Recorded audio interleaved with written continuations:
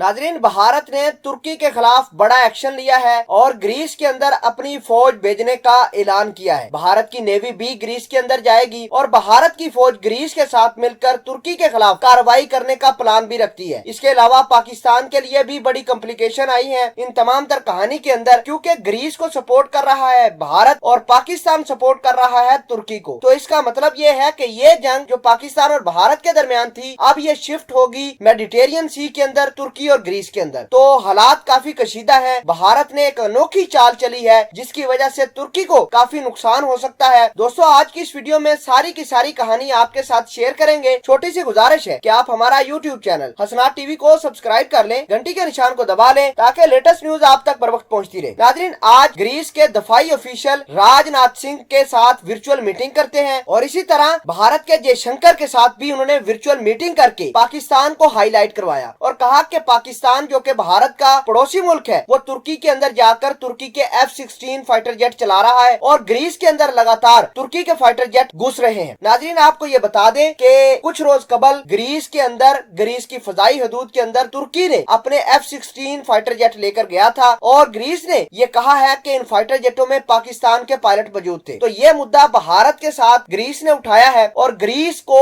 भारत ने मुकम्मल श्योरिटी दी है कि उसकी फौज ग्रीस के अंदर तैनात होगी। भारत की फौज मुकम्मल तौर पर इक्विप होकर ग्रीस के अंदर जाएगी। अगर कल को पाकिस्तान के पायलट तुर्की के फाइटर जेट लेकर आते हैं ग्रीस की जानब, तो ग्रीस के अंदर मौजूद भारतीय फौज उनके ऊपर अटैक करने में ग्रीस की मदद करेगी। नाज़रीन, आपको ये बता दें कि जो ग्रीस है वो यूरोपीय यूनियन का भी एक हिस्सा है और नेटो का भी हिस्सा है। इसी बीच बड़ी डेवलपमेंट ये हुई है कि भारत की नेवी आइंदा कुछ महीनों के अंदर ग्रीस की नेवी के साथ मिलकर मेडिटेरियन सी के अंदर वार ड्रिल कर सकती है, वार रिहर्सल कर सकती है। इसका मतलब यह है कि भारत ने अपनी जंगी सोच तुर्की के ऊपर इंपोज करने की कोशिश की है ताकि तुर्की को अपना दमखम दिखाया जाए। मैं आपको ये भी बताना चाहता हूँ कि तुर्की और ग्रीस के दरमियान जो लड़ाई है वो सदियों पुरानी है, आइलैंड को लेकर, समुद्री पानी को लेकर। हाल ही में तुर्की ने, ग्रीस के पास कुछ आइलैंड थे, कुछ समुद्री पानी था, उसके नीचे उन्होंने ऑयल के बहुत ज्यादा जखायर मिले। जब तुर्की ने उसके ऊपर ड्रिलिंग करना शुरू की तो ग्रीस ने पीछे से रोना डाल दिया कि ये तो हमारे जखायर है, ये तो हमारा पानी है, तुर्की इसके ऊपर कब्जा करना चाहता है और तुर्की नाजायज कब्जा करके ग्रीस को थ्रेट करना चाहता है। उसके बाद तुर्की और ग्रीस के दरमियान लड़ाई हो गई। यह लड़ाई काफी खतरनाक हद तक पहुंच चुकी है। अब भारत ने इसके अंदर एंट्री ली है, लेकिन हम आपको ये बताना चाहते हैं कि कल को अगर तुर्की, ग्रीस और भारत के दरमियान आपस में जंग होती है तो भारत उसमें कुछ नहीं कर पाएगा स्वाय मार खाने के, क्योंकि भारत और ग्रीस का जो फासला है वो तकरीबन 6000 किलोमीटर का है और भारत इतनी दूर अपनी फौज को रसद मुहैया नहीं कर पाएगी। रही बात भारत की, तो पाकिस्तान भी इंशाल्लाह तुर्की के पीछे जाएगा। अगर भारत ने ग्रीस का साथ दिया तो पाकिस्तान डायरेक्ट तुर्की का साथ देकर इन ग्रीस और भारतीयों को तबाही का रास्ता दिखा देगा इंशाल्लाह।